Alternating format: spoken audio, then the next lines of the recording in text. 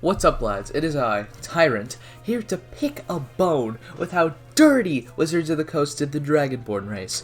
To start off, let's take a look at the facts here. The main appeal of Dragonborn is, of course, they get to play a dragon. With that comes a +2 to strength and a +1 to charisma. Sounds good so far, right? Then you add on the ability to pick a draconic resistance and breath weapon, of which you have choice of 5 types: green for poison, gold, red, or brass for fire, copper or black for acid, silver or white for cold, and blue or bronze for lightning. Poison and cold require constitution checks, and the rest require dexterity checks. Their damage reaches are a 15-foot cone or a 30-foot line. They also do 2d6 damage, 3d6 at 6th level, 4d6 at 11th level, and 5d6 at 16th level. Then you get resistance to your character's damage type. Sounds good, right?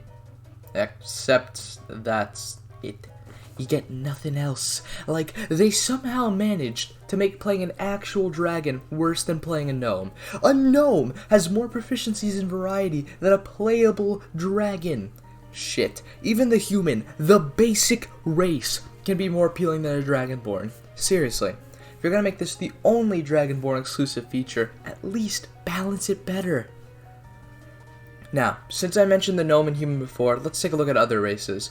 For all intensive purposes, we'll use Elf. I'm familiar with this race since it's popular with my players. Elves get 4 separate abilities on top of the ability to pick a sub-race, which adds 3 more abilities. You see the issue here, right? It doesn't even matter what they are. Dragonborns get 1 measly ability, but Elves get to play with 7 solid abilities. All other races have at least 3, and even humans at least get a +1 to all 6 of their ability scores, and that's not even taking variant humans into consideration. But now, it's the moment you've all been waiting for. The fixes. The point of this entire video being made. Firstly, Dragonborn can have tails now. End the video. Just kidding. We have 2 options. I don't want to change too much, but I do want to add on to what the class is trying to be. As a result, we're going to switch up Draconic Ancestry a bit. We keep the resistance to your specific Draconic Ancestry, since that makes sense, but we add a few things to it. I'm also changing the proficiencies to being +1 to Constitution, and you have 2 subclasses, one which adds a +2 Strength, and the other which adds a +2 to Charisma. You can either add your Strength, Charisma, or Constitution modifier to any spell that shares a damage type with your Draconic Ancestry, including your Breath Weapon. So if you have a Fire spell, you can add that to your, Fire spell. If you have a Water, if you have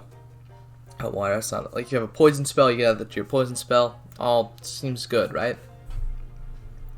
Secondly, there are 2 routes to fixing the Breath Weapon. Now, the Breath Weapon was meant to be a pretty powerful weapon that can hit multiple targets, which was a good idea on paper. In practice, it just comes up being weak, especially since you only use it once per short or long rest. 1 measly at full power, 5d6 per short or long rest. In both situations, I'd add a feature where once all uses are expended, you can roll a d6 every turn, and upon rolling a 6 per short or long rest, you regain 1 use of your Breath Weapon slots. Now, before I explain to you these options, I want to establish that you'd be able to choose one of these 2 when you're making your character. The first way you can fix the Breath Weapon is by not changing the damage, but allowing it to be used up to your Constitution modifier. Then you get it back per short or long rest. Advantages of this would be using said ability more often, and since it counts as a weapon, you could use it for extra attack if you so choose. This would make it act more like an actual weapon, and could fix the utility problem people have with the race. The second way you could fix the Breath Weapon is to lean in more into the exhaling destructive energy aspect by turning it into a nuke. For this option, we look to Fireball, a spell that does 8d6, which you can acquire at level 5. We'll be basing the damage off that, along with the Dragonfire Adept from 3.5e. So, to start off, we buff the initial damage to 3d6, then at 6th level it increases to 5d6, at 11th level it increases to 7d6, and then finally at 16th level it increases to 9d6. With only 1 use, this will make it a force to be reckoned with, truly showing your draconic might.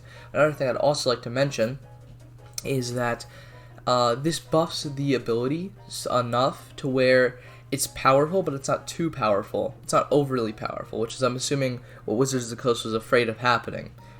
And plus the Recharge 6 feature will allow this, a lot of use, a lot of, nice use. I'd also like to mention that your spellcasting modifier for the Breath Weapon is either your Strength or Charisma, depending on what sub-race you pick. But on to the next facet of this new and improved Dragonborn. no matter what. You have proficiency in intimidation, and starting at 11th level, any creatures within 15 feet of you are frightened for the next turn and actively try to run away from you due to your sheer draconic presence. Another thing as well, in D&D lore, Dragonborns dedicate their lives to one thing and try to master it, and even push beyond. Therefore, I propose a new ability called Draconic Expertise, an ability that allows you to pick one, depending on what subrace you choose, skill, weapon, for Draconic Might Dragonborn, or spell for Draconic Sorcerer Dragonborn to add your proficiency bonus on top of any proficiencies previous to your rolls and damage, for weapons and spells only. Also, all Dragonborn get dark vision, since dragons usually have caves that they hoard their gold in, and I have no clue why they don't have it already. Let's dive into the subraces a little bit. So, Draconic Might Dragonborn get a +2 to strength, and they also can tap into their power and go into rage. If you already have rage, like say if you play Barbarian, the effects get a +2 to them. Draconic Sorcerer Dragonborn get a +2 to Charisma and the ability to fly for 60 feet. If you can already fly with your class, such as Draconic Bloodline Sorcerer, you get a +2 to attack rolls and damage while flying. Sounds pretty neat, huh? So these are all the changes I would make to Dragonborn. Tell me what you think about it in the comments below, and I'll respond to each and every one of them. I have other ideas for D&D homebrews or fixes, so if you want to see them, please let me know. They'll still be made. I was thinking of following this up with a special Dragonborn Barbarian subclass, and I wanted to gush about the system I created for my campaign. Don't forget to leave a like and subscribe if you like what I do here, and hit that bell note if you'd like to be notified whenever I upload a new video. Thank you so much for watching. Goodbye, lads.